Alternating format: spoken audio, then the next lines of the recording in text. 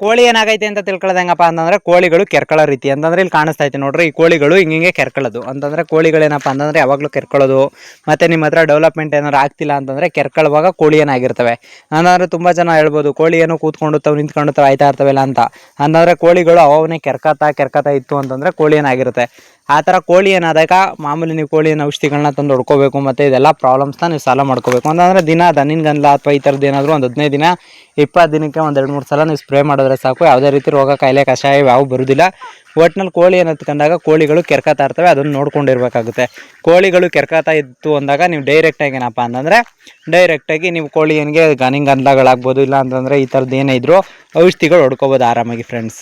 ಅದಲ್ಲಂತೆ ಅಚ್ಚುಕಟ್ಟಾಗಿ ನೀವು ಆ ಥರ ಮಾಡಿದ್ರೆ ಅಚ್ಚುಕಟ್ಟಾಗಿ ಚೆನ್ನಾಗಿರ್ತವೆ, ಏನೂ ಆಗೋದಿಲ್ಲ.